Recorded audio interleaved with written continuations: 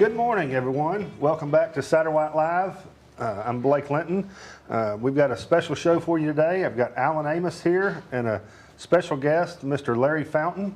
We're going to talk to you today. We've got some new stuff we want to introduce to you, and then we're going to talk to you about, kind of give you just a up closer look at a customer that we've had, Mr. Fountain, who chose to for us to build his constructed shell, and then he did the finish out and acted as his own general contractor. So I'm going to go ahead and get the statement of beliefs out of the way first, and then we'll dive right in. We at Satterwhite Log Homes are Christians. We are not ashamed of our faith. We kneel to God only and to no man. We love America. We stand proudly for the pledge and for our national anthem. We are proud of our flag, our military, our law enforcement, and our first responders. We revere our founding fathers and our Constitution, and we will fight to the death for our families, our country, and our God. All right, welcome, guys. Glad to have you here, Mr. Fountain. It's great to be here. Certainly appreciate it. Alan, thank you for being here. Hey, thank you, Blake. It's a great day in the log home industry. It always is. That's right. It always is. Right. I want to talk to you real quick before we get started about a new feature or a new YouTube channel that we have coming out this summer. It's going to be called Our Log Home Life. And what it's going to do, it's going to be customers' voices of Satterwhite Log Homes. We're going to do some interviews and get some, kind of pull the curtain back and behind what goes on here at Satterwhite and what our customers. Basically just getting a real testimonial out for clients to see. Absolutely. So today is going to be kind of a prequel to that, if you should say. So, Alan, go ahead and introduce Mr. Fountain. This is Larry Fountain. Him and his wife, Judy, built a modified Austin Fernwood 4 years ago. Yep. Using a 6x8 D-shaped log with dovetailed corners. Mark Autry was the superintendent on the job. Yep. Tell us a little bit about the process, how you found Satterwhite Log Homes. Okay. What interested you in log homes? The style. I like the look. Okay. I like the traditional look, and we just fell in love with it. Yeah. Planned on building a log home 30-some years ago in Nebraska, but just finances wouldn't allow it. We built a berm home instead, but we did put log cabin siding on the front. we got that much that of it. That was a good start. Yeah, we got that much of it. But in terms of, we searched a lot. This was before the internet, so a lot of mailing away in magazines that had log home emphasis. We'd stop at the displays up and down Highway 70 going across Missouri at some of the log home builders. And then lo and behold, my in-laws live here in Longview, and we're living in Omaha, Nebraska, but as you travel back and forth, well, look here, right on the main drag is Satterwhite Log Homes. Finally found a big dog. And finally about, I want to say 85, 86, we actually stopped by and picked up a brochure on our way out of town. And like I say, just continued dreaming and thinking about it for a long time, and knowing you guys were here. Yeah. And in terms of research, I think two things that obviously could sell you on this is the fact you're local to us now. Mm-hmm. We live in Longview now, next to my in-laws, and I love the concept of the dead standing timber. It makes for a much more stable platform, stable walls. Didn't have to worry so much about shrinkage like a lot of the other companies do. I guess, Satterwhite would be as green as you can get in that aspect. Yeah. So I like the technology of it, and certainly love some of the floor plans. Like I say, we modified our floor plan to enlarge the living area a little more and put in a cathedral ceiling. But we found what we wanted, worked with your designer, met a lot with Alan, holding our hand through this whole process. Saw a lot of the models that you have available here, and I believe we signed on the dotted line before we attended the seminar. Matter of fact, I was still down here solo. Judy was up in Nebraska closing out the sale of the house. And every 6 months or so, you guys do a great seminar, about 150 people. and just wonderful information, but it's like a fire hose being blasted at you. There is a lot of it and a lot of breakout seminars. And we sure appreciate your help on those breakout yeah, seminars. well, after we built, you invited us to come and talk on the panel of experts, which in my case is misnamed, but just talking about the experience, because I think Alan alluded to, Satterwhite builds the shell, and we decided to finish the interior ourselves. And I was fortunate that my electrician was also a general contractor, Albert Thomas, and his son is one of the sales guys here at Satterwhite. And he just did a great job on our cathedral ceiling. He was up on the lift yelling measurements down to me, and I'm down on the sawmill cutting wood. And I just basically, for me, it was monkey see, monkey do. I watched what he did, and then when it was time for him to move on, I did the rest. So all of the walls and ceilings in our house, with the exception of the bathroom tile, are 1x8 aspen, and it just looks beautiful. I love the varying designs in the wood from the knots and what have you, colorations.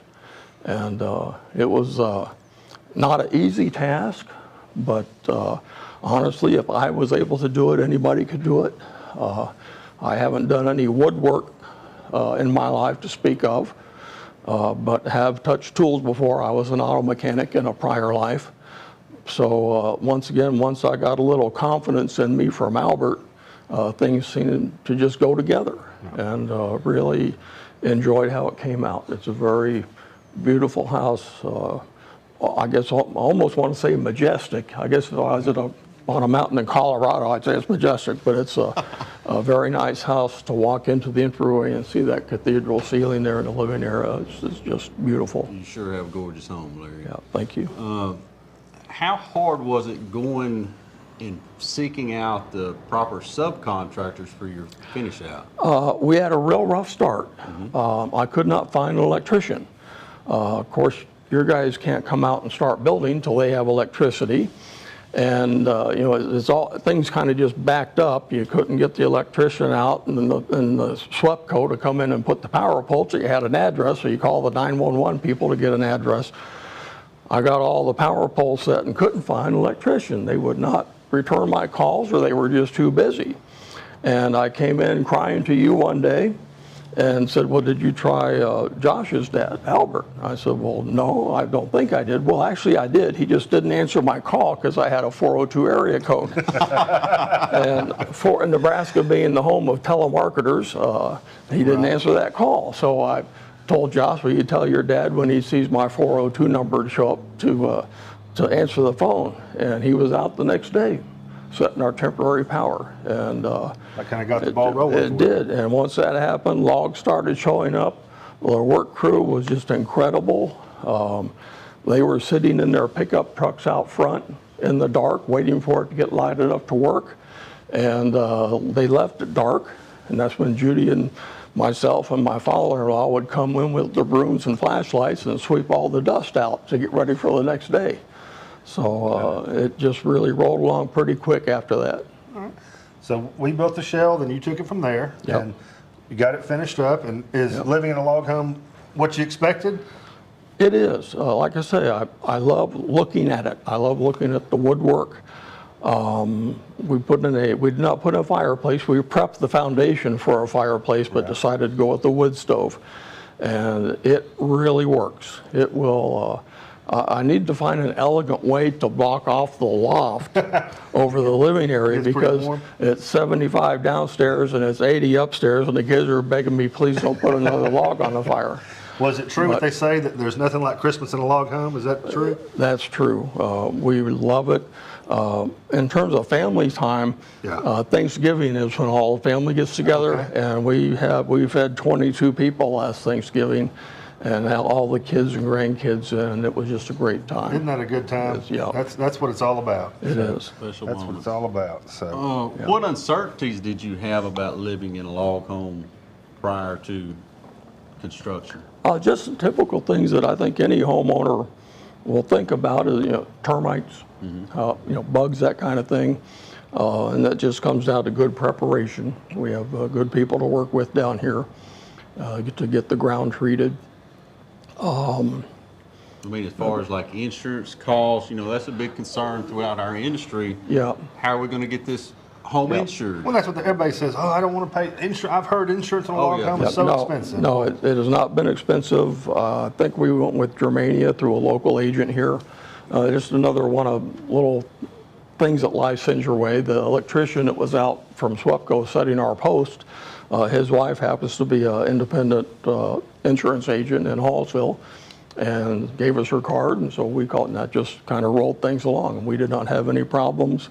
The heating and cooling has just been, I think, unbelievable. We are all electric. There's no gas out where we're at, and our winter heating bills tend to be about $100 to $110 a month. And that's not a small house, No, isn't it? It's about 2,500, I think. Did you do spray foam? Yes, we did. We did spray foam insulation in the ceiling and between the floors. So it's a very secure, stable temperature environment. I was on a train there a minute ago, but now I jumped off. Well, I was talking about the electrical bills. The only surprise we had was following a 4-day retreat for my daughter and 19 of her closest friends. And I think our electric bill that month was $200. But there was, you can't, like I say, 19 girls drying their hair. Right, So, right. Well, I just think with the combination of an airtight log home with spray foam insulation, you can't beat it. Yeah, no. I've got spray foam in my home, envelope, and it is a tight envelope, and it really does keep those utility costs down. So. That's something that Sam really pushed at the seminars every 6 months, is the spray foam, and I think it's just money well spent. Absolutely. Absolutely. It does cost a little bit more, but it is by far worth it, I think. What would you tell anyone out there that's thinking about building a log home? What would Larry Fountain tell them? Well, I would just tell them go to Satterwhite. I mean, we did our homework back in the day. I didn't expect you to say that. It's worked out better than I thought. They did pay me to be here. I got this for showing up today. You got a bottle of water. No, like I say, we did our research back in the days when it was magazines and mail order catalogs and information. Yeah. Of course, now you've got the internet. And like I said, I've just been so exceptionally happy with my interaction with the Satterwhite folks. Alan's been my salesperson. Sam, he wasn't old enough to be my daddy, but he was old enough to be my older brother, and he was quite a presence and a good friend. I know when we came in here, we signed a lot of papers. There's got to be something legal going on when you're doing something as big as a house. But as far as I was concerned, it was basically I walked to the door and shook Sam's hand and we built a house. Yeah. And the guys have just been unbelievable. Never had a problem getting a hold of anyone. Hey, I need 2,500 linear feet of 1x8 aspen, and it's either there the next day or I come over here with my neighbor's trailer and pick it up. Right. And same thing with we bought our permanent paint products or stain products to you guys, and it's just come in and get it and go, and a phone call to you guys takes care of everything. Well, we certainly do appreciate all the good words, and we are glad to have you as part of the Satterwhite family. That's for sure. Well, it's my pleasure. Alan, what else can we want to talk about today? Anything, or just?